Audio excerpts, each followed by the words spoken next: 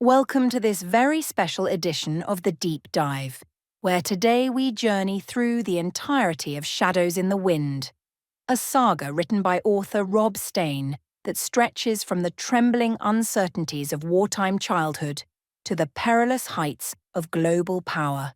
It is a story of empires built in boardrooms and laboratories, of loyalties forged and broken, and of the quiet philosophies that can outlast even the most formidable machines of ambition.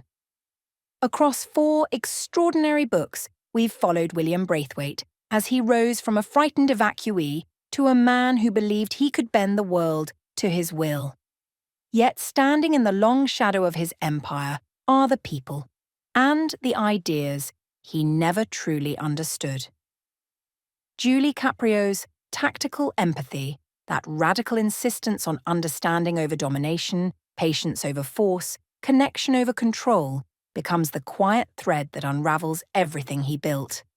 And Jamie, carrying her legacy forward, shows us that sometimes the most transformative revolutions arrive not with fanfare, but with a quiet, certain clarity.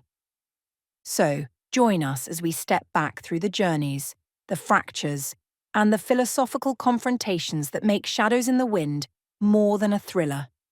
It's a meditation and reflection on the world we've inherited and the world we might yet choose to create. Welcome to the Deep Dive.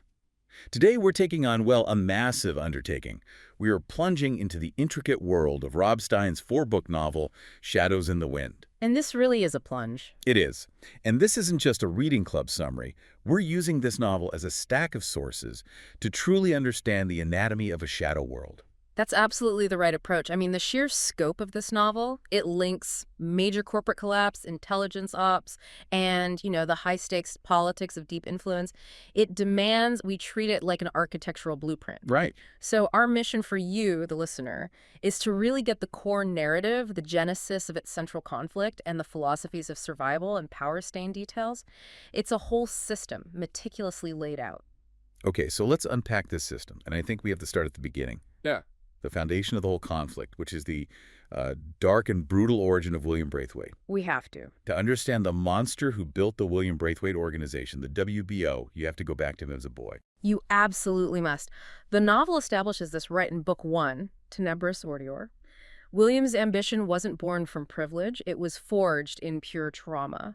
We see him during the C or B evacuations, that shattering moment where his parents say goodbye. And his father offers that desperate, just heartbreaking lie, you'll both be safe. Exactly, but the mother's action, that's what really seals it. With the unsigned note. The unsigned note. Be brave, be good, come back to us.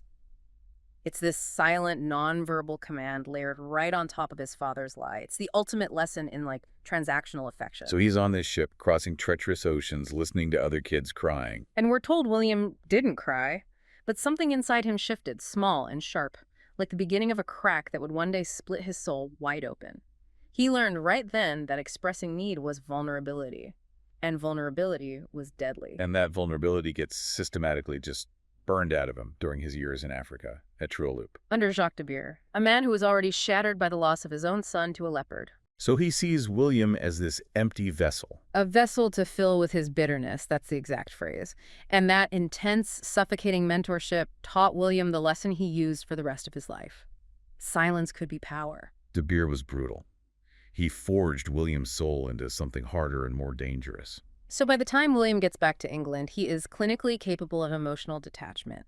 He perfects it at Cambridge, mastering debate not through consensus, but through sheer domination. Which brings us to the WBO. He doesn't just hire people, he meticulously selects them. He partners with Sarah Stevens, the legal architect, and Lyle Cunningham, the strategist. And those 2 roles tell you everything. Stevens provides the scaffolding of legitimacy, making the illegitimate look legal. Cunningham ensures the strategy is flawless, untraceable. Their goal wasn't just wealth. No, it was to transfer power without appearing to do so. That right there, that is the novel's definition of the chimpanzee path. Survival through dominance, extraction, ruthlessness. It's exactly what Jacques de Beer drilled into him. Power, once accumulated, is rarely surrendered voluntarily.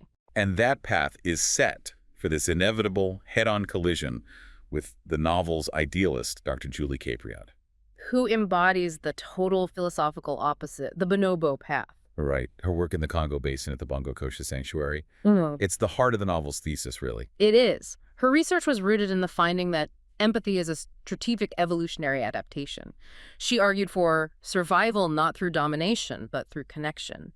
Where William sees silence as power, Julie sees connection as strategic strength. That model, her whole philosophy of transparency and connection, it made her a direct existential threat to the extraction model of the Ian Congonian Mining Corporation. A corporation backed by the entire shadow world. Precisely. And that's what makes her murder, carried out by Colonel Kusongo, the unavoidable catalyst for the entire series. And when her partner, Jamie Soper, an analyst at Cronbro Fisk Strategies, or CFS, when he identifies her body, that personal trauma gives him the moral clarity to fight the whole machine. Which brings us neatly to the most complex part of the novel, the actual architecture of that global machine, the shadow world. This is where the genius of Steyn's world building really shines. Because it's not a simple hierarchy, is it? It's a decentralized network of interlocking entities. It's a corporate empire built on sophisticated partnership. Wow. Take the WBO. They weren't just hiring lobbyists, they were operating Black Hole, an arrangement with a man named Evner Schenker. And this gave them untraceable surveillance networks, straight out of deep intelligence services. Wait, let's pause on that. Untraceable surveillance. What does that really look like in practice? It's more than just keywords. Okay, break that down for us. Think of Black Hole as the corporate version of the NSA. They didn't just passively monitor communication, they used EI-enhanced monitoring platforms, that's enhanced intelligence, to sift metadata for exploitable trends, political weaknesses, economic vulnerabilities. So they're basically running statecraft for corporate profit. Exactly. If you know the secret thoughts and leverage points of everyone, you can eliminate resistance before it even forms. That is terrifying. Okay, and then you have CFS, Cronbro Fisk Strategies, where Jamie Soper worked. They sound like a typical consulting firm, but the novel says they don't sell lobbying. They sell alignment. This is such a crucial distinction. Lobbying is trying to win a vote. Right. Alignment is constructing these corridors through policy, through perception, media control, financial influence, so that the vote or the opposition never even materializes. Peter Cronbro was a genius at it. So he makes his clients' desired outcomes look like the only logical, non-negotiable conclusion. They don't fight the system, they rewire it. So you have the WBO with the surveillance muscle and CFS with the strategic political framework. But then we find out they aren't even the peak of the pyramid. Not even close. They answer to a deeper, quieter organization, the Concordat. The Concordat. This is the true apex of the shadow world. It's run by the matriarch, described as an elderly woman, always in gray gloves, and her primary directive is ensuring absolute invisibility. They don't care about corporate competition. They care about systemic stability. Meaning they will remove anything or anyone that threatens the system's quiet function. And this leads to William Braithwaite's ultimate ironic downfall. After decades of mastering this shadow world, his reckless actions around Bongo Kosha. He drew too much public scrutiny. Exactly. He violated the Concordat's most sacred principle. He became too visible. He became a liability, an unacceptable risk to the system itself. He gets this chilling final courtesy call and is told the asset has been dispatched. And we witness his end. Poisoned, his tongue swelling, his body seizing. A grotesque, fidgety betrayal. And in those final horrifying seconds, his mind drifts back, not to his empire, not to his power, but to a boy on a ship with a tin whistle. Linking right back to his lost innocence, that detail is just heartbreaking. It's a poignant reflection on the price of his lifelong choice of dominance. And the person who delivered that justice, the asset, was Frankie Matherson, a former victim of human trafficking turned intelligence operative. Oh, that's a beautiful twist. It is. And she later finds and executes Colonel Kusongo herself, taking personal justice for Julie. The shadow world cleans its own wounds, but sometimes the executioner has a deeper motive. So William Braithwaite is dead, the WBO is in shambles, but the core philosophical battle that remains, the novel's enduring power, is in the themes it leaves us with. That central choice. Dominance versus connection. That's the entire point.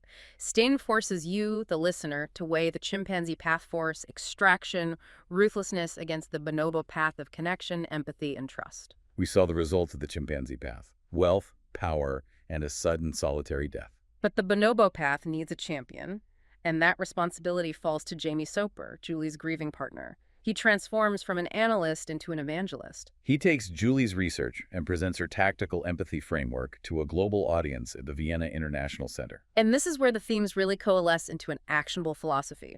Jamie delivers Julie's key insight. Empathy is not weakness. It is the strongest form of influence we possess. It argues that true power isn't about crushing your rivals. It's about establishing relationships so enduring that rivalry just becomes counterproductive. It fundamentally changes the measure of success. Societies built on force and extraction, the novel argues, they eventually collapse under their own weight. Enduring societies, however, choose connection, transparency, and sustainability as their operating system. And this idea doesn't just, evaporate after Jamie's lecture. The novel shows how ideas gain traction through action, specifically through the collaboration between Jamie and the journalist Elise Delacroix. From Le Monde Diplomatique. Yes, and her refusal to accept the easy narrative about Julie's death is key. She's the lightbringer, dragging the shadowy corporate machinery into the public square. And what's truly fascinating is how their collaboration is subtly supported by unknown forces. You get hints that it's elements of the Concordat or Misk's archive, Who see William's brand of dominance as a systemic cancer that had to be removed. It proves that these great systems are not truly immovable. Ideas, if given a powerful enough channel, can be used even by the powerful to mandate systemic change. What a phenomenal journey through this novel. From the trauma of a boy on a ship to a global framework for ethical influence. Steyn gives us all the complexity, but distills the ultimate choice into something incredibly clear. And the title, Shadows in the Wind, ultimately describes William Braithwaite and his whole empire. Novel concludes that supremacy is always a passing shadow. Individual presence, ruthlessness, dominance, they are transient. But the ideas of connection, the legacy of truth, Those can outlast any empire built on force. that is a profound perspective. So let's leave you with a final provocative thought drawn from Jamie Soper's presentation. It serves as the novel's ultimate caution. The strongest leaders don't keep the peace by breaking their rivals. They make breaking each other unthinkable. Think about that principle. How might fostering unthinkable connections in your own life or your own leadership approach change the dynamic of influence? What legacy would you rather build, a passing shadow or something truly enduring?